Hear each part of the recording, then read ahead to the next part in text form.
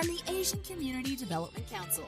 This is Family in Focus, Mondays at 12 noon on PHLV Radio. Hi, everyone. Welcome back to Family in Focus. Happy Monday. So great to see you today. Thank you for joining us on this show, talking about the Asian American Pacific Islander experience here in Southern Nevada and beyond. And today, very special episode. Of course, we're talking about Women's History Month. This is March, and women and their contributions are being celebrated all over the country, and of course, right here in Southern Nevada as well. And we want to kind of hone in on the contributions, successes, and challenges of women in the Asian American Pacific Islander community. And I have some very special guests joining me in the studio and on Zoom today. First, we're going to start with Dr. Kate Zhang. She is the Director of Innovation and Adjunct Professor, Department of Brain Health at UNLV.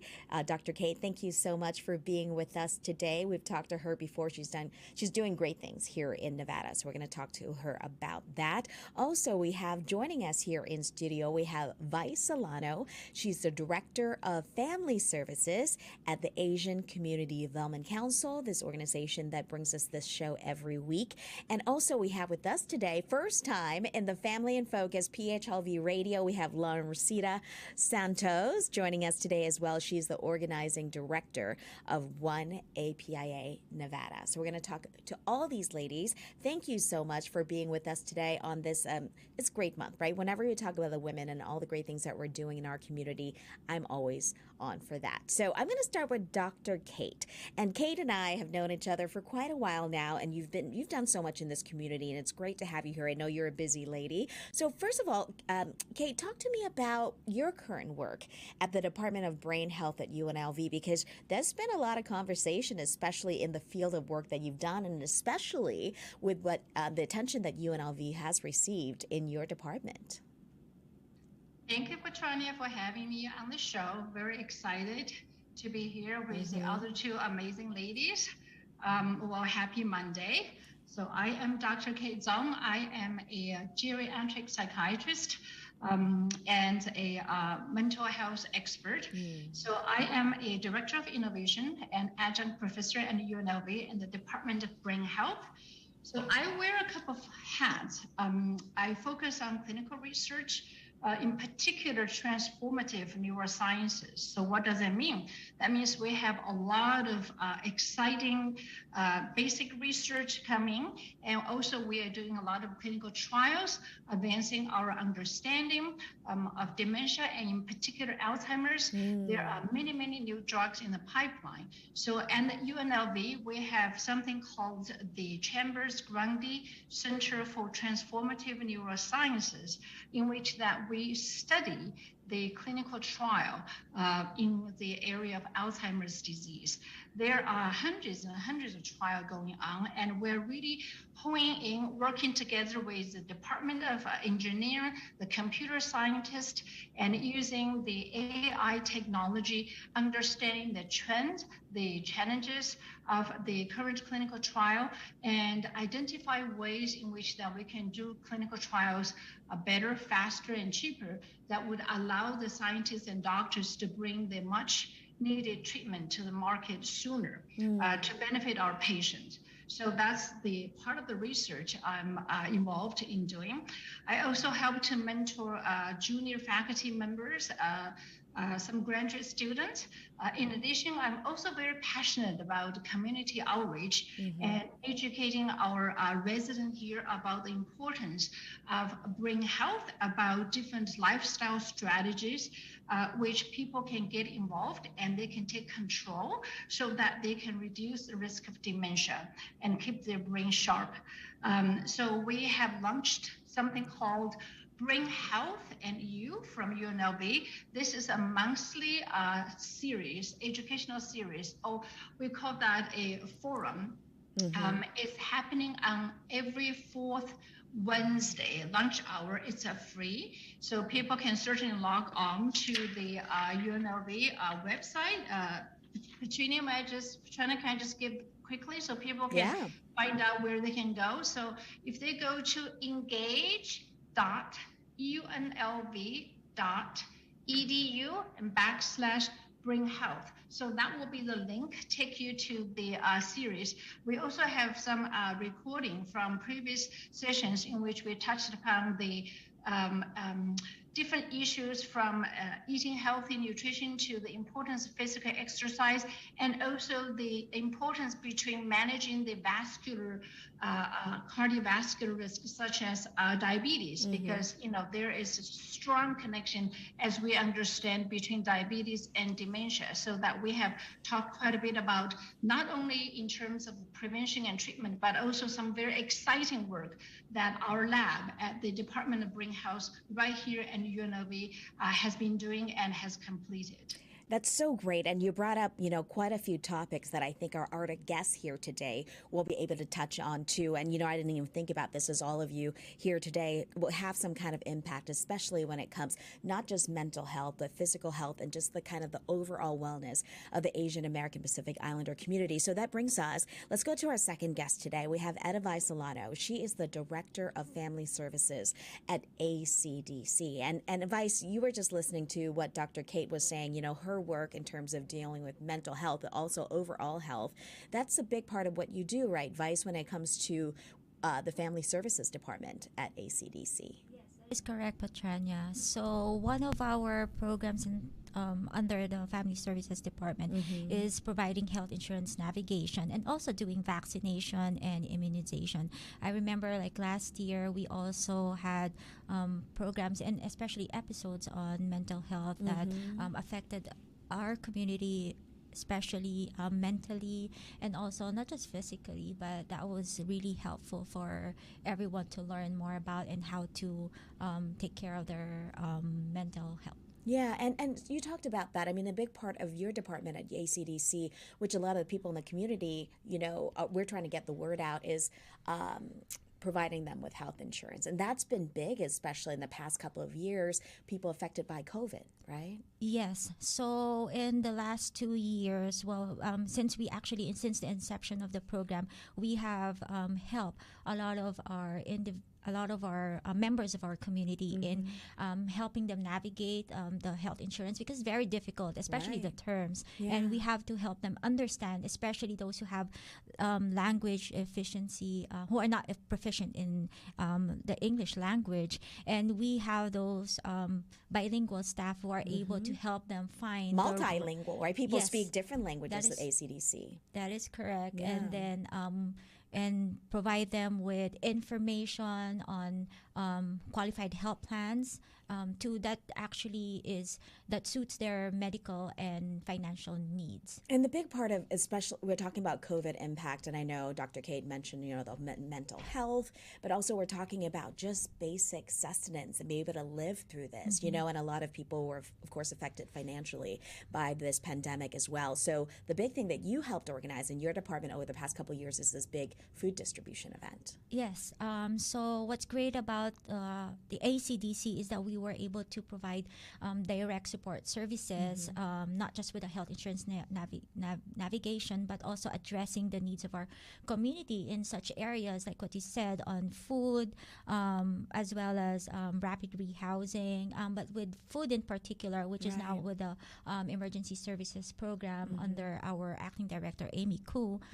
We have provided food that are culturally tailored to our community. So, for example, what's unique about our food assistance program is that we provide culturally familiar. Right, like things foods. Like rice and fish sauce and soy sauce, things like that maybe you couldn't find in a typical food bank, right? Yes, and that actually helped a lot of our community members that are struggling financially, that instead of, worrying about putting food on the table, we provide that supplemental assistance to them so they can take care of, for example, their rental fee or even your utility bill. So that helped them a lot in their daily needs. Yeah, and you're, of course, the head of that department and doing great work, especially in the past couple of years. So we'll come back and talk a little bit about how you even got here to ACDC. But I'm going to get to my third guest here, who's Laurencita Santos. First time in PHLV studio. Welcome. Yeah, I'm very excited to be here. Thank you. So great to see you. So you're the organizing director of One APIA Nevada. For people who haven't heard of this organization, what do you do with this nonprofit? So at One API in Nevada, we work on advancing the interests of the Asian American, Pacific Islander, and Native Hawaiian communities here by really tying it into all the great work that everyone else here has been working on into policy change. The thing that we really work on is actually cheese. Cheese, we're not just hungry for food, but we're also hungry for change here. The thing is that cheese is comprehensive immigration reform, health equity, education equity, economic justice, sustainability and environmental justice, and the last part is expanding democracy. So these are all policies that we work on, and just tying in those conversations on housing assistance or all these other great programs that all these other organizations work on into actual change, long-term change. And, you know, healthcare is a big part of what you do, too. You were mentioning, because your own personal story with your family, that motivated you to do the work that you're doing right now, right? Yes. So my father was diagnosed with diabetes when I was 5. So that was maybe like 17 years ago. Yeah. And at the time, it was very concerning and still very worrying, like being able to pay for insulin here.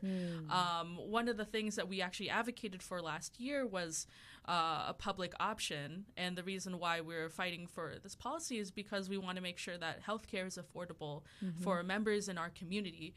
Diabetes here as for the Asian American community here is twice more likely than other communities, and it's really important that we have these conversations into making sure that our community is able to afford insulin and all the other necessities that come with healthcare.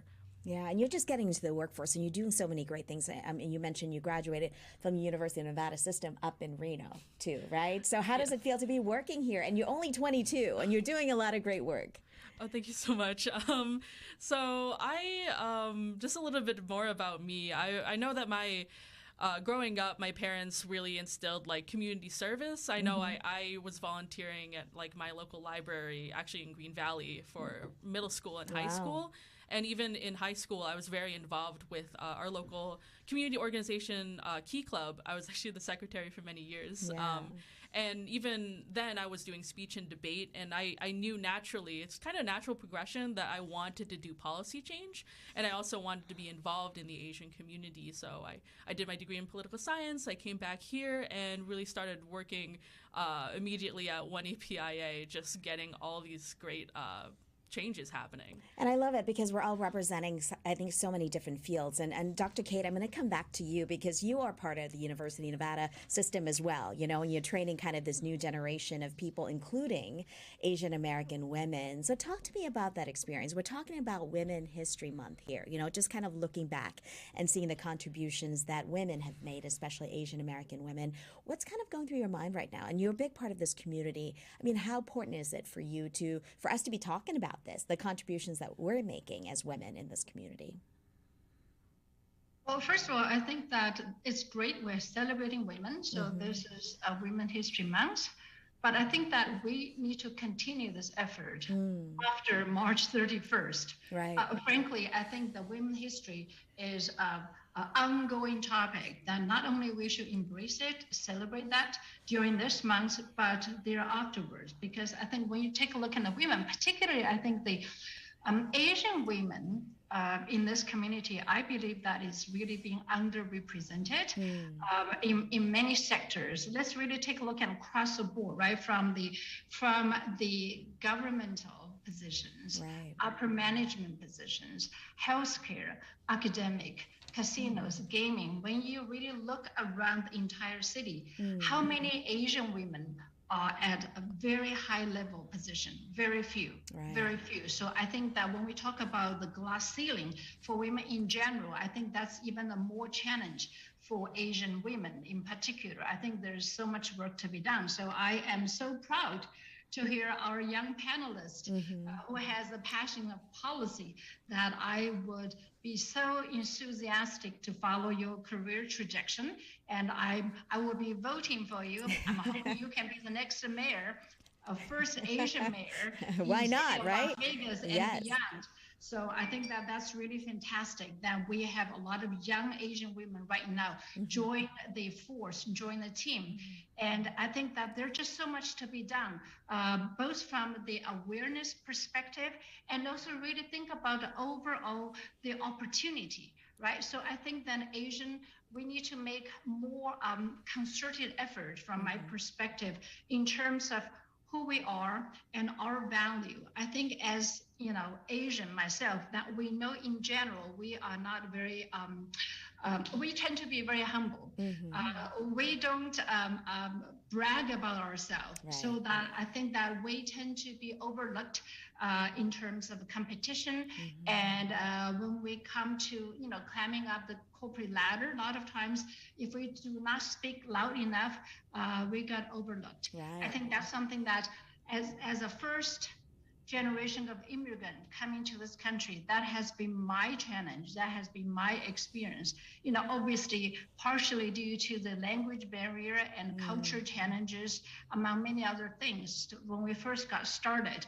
But however, I think that we are becoming stronger, we are becoming bigger and becoming more powerful. Then I'm hoping that all Asian Americans in this city and beyond can join force, and collectively we can be stronger and we can be a big voice that we will be heard. And that is so powerful, Kate. And, I think it's so important just to see, people like you and UNLV, seeing people advice, representing nonprofit Lawrencita in this policy changing space, because it really is about seeing, if you see people in that position, then you have that kind of consciously we can be there too, right? And Vice, I wanted to ask you about this because you moved to the U.S. from the Philippines not that long ago, 2013, right? Yes. So talk to me about that experience, because as you know, Nevada, especially Southern Nevada, people are moving here from around the world. What was are you kind of hearing what Dr. Kate was saying about, maybe not feeling that confident to kind of speak up to what you wanted, and how did you kind of overcome that to get where you are today? Well, one of the challenges of being an immigrant is integrating yourself in not just in the U.S. culture, American culture, but also in the workplace. So biggest challenge also is being able to adapt to how things work and basically just integrating what you have learned in your education, in your past experience to where you are right now. So it's really about, being just resilient and being positive on whatever brings, what life brings you. So and that keyword resilience, right? We hear that so much, especially this past month, women talking about having to have that resilience because of all the things that we deal, not just as a woman, as you said, as immigrants, as someone who had those challenges. But I think one of the things that ACDC is really trying to kind of create those opportunities and through in-language resources as well. Yes. So that's what's great about our programs and services is also having that multilingual staff to help those immigrants or non-immigrants to obtain resources, and we are able to connect them to these resources by providing staff who can easily explain to them how the processes works. Simply as when I as an immigrant, when I moved here, fortunately I have a family who can help me obtain a driver's license, a social security card, or even preparing taxes. So we come with ACDC, we help with other resources, but can also help with these things if they need it. And it's great. And it's great to have women in that role where you are too, just to be represented, and I'm sure for you, Lawrencita, as a young person, as we mentioned, you're only 22 and doing all the things that you're doing. As a young person, talk to me about that. I mean, you've known Vice for a while, you've seen other women in these roles. How's that impacted you as a young woman coming up and trying to do what you do, especially changing policies that have not always, as Kate was saying, for women for a long time? Yeah, so I've known Vice for a long time, as mentioned. I really do respect her for all the incredible work that she's been working on. Along with that, I've kind of seen, especially with my mom, she was the one who instilled all of this policy change and wanting in me. But what I saw growing up, especially when my parents immigrated here about 25 years ago, we've always had a little bit of a struggle, especially when it comes to housing or especially when it comes to health, because like when we moved over here, not me, but when my parents moved over here, they lived in a Chicago bakery basement, and then they slowly kept moving up. And they eventually were able to be recruited here to Las Vegas, where my dad ended up now working in a bake shop in the APIA, which is great. So just seeing that they're like the really hardworking immigrant mentality is really in my parents, and trying to connect that with my currents and like how I've grown up here. It's a very different experience, especially because like when it comes to things like mental health, it's very different because of there's things that we always discuss here. We had a panel last year about mental health and how intergenerational trauma is perpetuated with with me and like with our family, and how to overcome those barriers, especially because for me, and I'm very transparent about this, I had a mental health crisis when I was 15, and I've been going through therapy consistently. And so just having those conversations, especially with people my age, about how to talk to your parents about about how their experience is and how our experience is different, and how to actually have those conversations is really important. Yeah, and thank you for honesty, for sharing that. And I think Dr. Kate, you can attest to this, that, you know, honest conversations like this are so important, especially for women, right? And especially for women like us that we're trying to overcome. I mean, you deal with these issues of mental health on a regular basis. What advice do you have for other young women I'm out so there? glad, Lorenza, that you brought that up. Thank you for being so open to our audience. You know, I think that's you. I want to congratulate you, first of all, to realize that you face some challenges, to realize you need help. And you mentioned that since age 15, you've been seeing a therapist and continue to do so. I think that's very brave and that's very admirable. I think you really set an example for many people in your age group. That is, first of all, mental health issues is very common.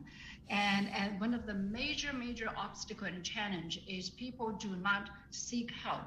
I think particularly for a lot of Asian family, we tend to keep everything behind a closed door, right? So there is still a significant amount of a social stigma attached with the mental health issue, being depression, anxiety, bipolar, schizophrenia, so on and so forth. And somehow there is still a degree of shame, feel like I shouldn't have this feeling. I should be able to get over with it. I don't need to see a doctor. I don't want to shame myself or my family. I think that is very profound, particularly among some older folks and also first generation immigrant. So I think that is very important to keep a very open dialogue among the family members. I love the word you use, talk about the intergenerational trauma. And I think a lot of older generations, they probably don't even realize what they have gone through. And also they are not aware of the fact there are help available for them. So I think it's really, we should really raise the awareness and also provide resources available for people, right? So this is where I think Asians connecting with Asians, and I think that they trust Asians, speak their language, share similar experience, and provide information where they can go, talk to doctors, talk to a therapist. And I think that is a very, very important with regard to being open and be aware that there are help out there. Yeah, and that's why, Kate, I love that you have this monthly forum that you put out there, which will put the information on this link as well so that people can tune in every week to find you. And Vice, people can go to ACDC on the website, right? Because they can find that information of what services we offer in many different languages. Yes, so please, if you need any help, do not be ashamed of asking help. We are here. We've seen a lot of our community members who are saying sorry for asking for help, but don't be, because we are here to help you who look like you, that can speak your language, like Dr. Zhang said. And if you need any assistance, we would be able to serve you. Yeah, and it's great to see, as Dr. Zhang and Kate was saying too, just having someone who look like you and sound like you and speak your language. That's so important. And Lauren Sita, and just from where you're standing now, how proud of you that you're standing where you are and be that voice for people who are younger than you still, because you work with students too, right? High school through college. Yeah.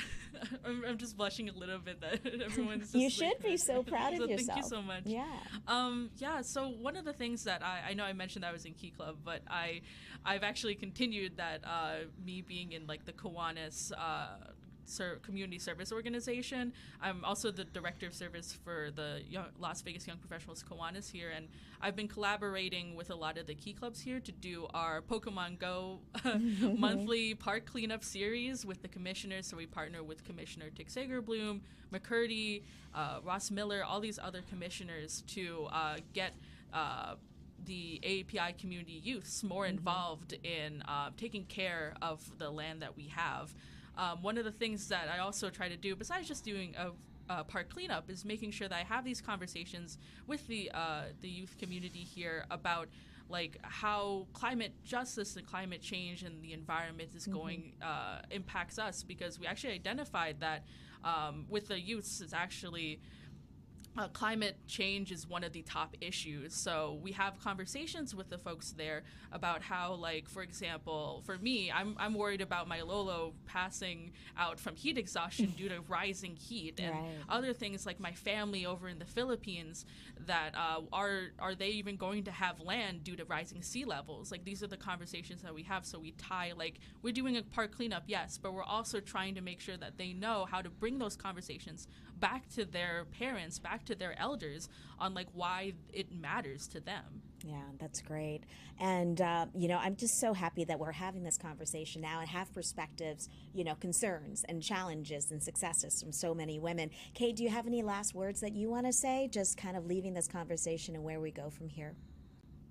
I just want to share with the women out there, particularly Asian women, we are powerful.